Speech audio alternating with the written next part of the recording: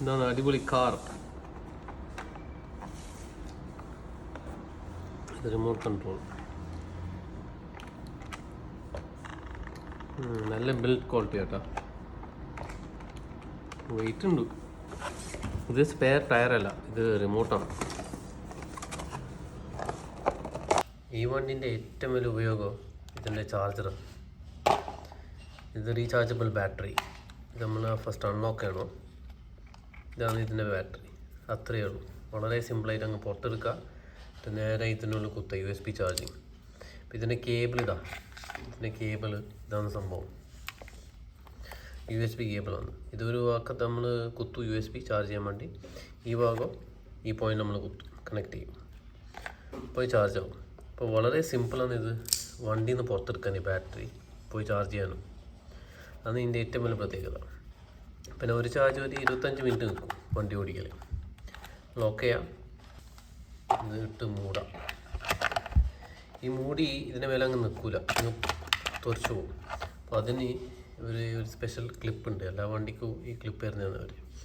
അപ്പോൾ ഇങ്ങനത്തെ വണ്ടികൾ ഏകദേശം ഇങ്ങനെ തന്നെ വരുന്നു ഇതിൻ്റെ കവറിങ്. എന്നിട്ട് ഇതിനിടയിൽ ഒരു ഓട്ടം ഉണ്ട്. അവിടെ അതിൻ്റെ ഉള്ളിൽ നമ്മൾ കുത്തണം. ഇങ്ങനെ കുത്തി വെക്കണം. ഇങ്ങനെയാണ് ഇതിൻ്റെ സെറ്റപ്പ്. അതുപോലെ ഒന്ന് നമ്മൾ ഈ ഭാഗത്തും വെക്കണം. 4 ഇട്ടാൽ ബെസ്റ്റ്. പക്ഷേ 4 ഇടണമെന്നില്ല. അറ്റ്ലീസ്റ്റ് 2 ഡയഗണലി ഇട്ട് കഴിഞ്ഞാലേ ഒതുങ്ങി നിന്നോളും. പിന്നെ വണ്ടി പൊന്തുമയും തെറിക്കുമൊന്നും അതങ്ങ് കുടുങ്ങിയിട്ട് അതിൻ്റെ ഉള്ളിൽ തന്നെ നിന്നോളും സംഭവം. അപ്പോൾ ഇങ്ങനെയാണ് ഇതിൻ്റെ പാക്കേജിങ്. ഓക്കെ, ഇനി നമുക്കിത് പുറത്തെടുത്ത് നോക്കാം. അതിൻ്റെ സ്പീഡ് ഇതെല്ലാം ഞാൻ കാണിച്ചു തരാം. പിന്നെ ഇതിൻ്റെ വേറെ പ്രത്യേകത ഈ പ്രീമിയം വണ്ടിൻ്റെ ഇതുണ്ടാകും. പിന്നെ അതിൻ്റെ വണ്ടി തുള്ളുമേയും ചാടുമല്ലോ ഒരു പ്രശ്നമില്ല. ഇറ്റ്സ് വെരി ഷോക്ക് അബ്സോർബൻ്റെല്ലാം നല്ല ഉഷാറായിട്ട് നടക്കും. ഇതിൻ്റെ ബാക്ക് സൈഡ് ഇതിൻ്റെ സ്പ്രിങ് എല്ലാം കണ്ട എല്ലാം നമ്മളെ നാട്ടിലത്തെ ടെറീനെല്ലാം ബെസ്റ്റാണ്. പിന്നെ ഇവിടെ കുറച്ച് കൺട്രോൾസിലുണ്ട്. ഇതാണ് ഇതിൻ്റെ റിമോട്ട്. നല്ല അടിപൊളി റിമോട്ടാണ്.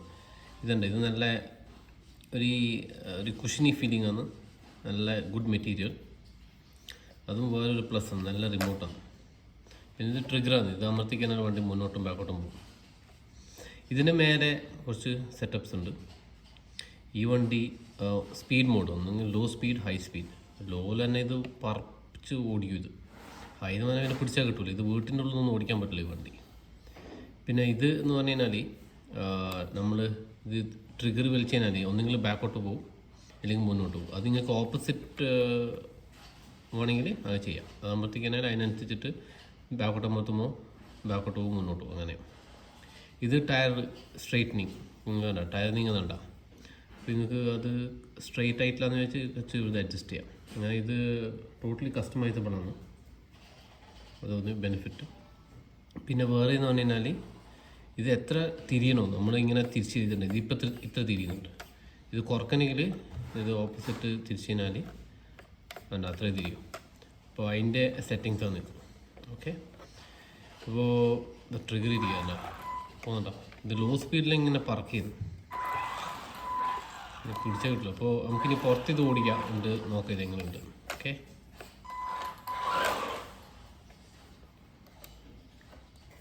പിന്നെ ഈ വണ്ടിൻ്റെ സൈഡിൽ ഒരു ഓൺ ഓഫ് ബട്ടൺ ഉണ്ട്. അതിന് ഓൺ ആക്കാനോ ഓഫ് ആക്കാനോ.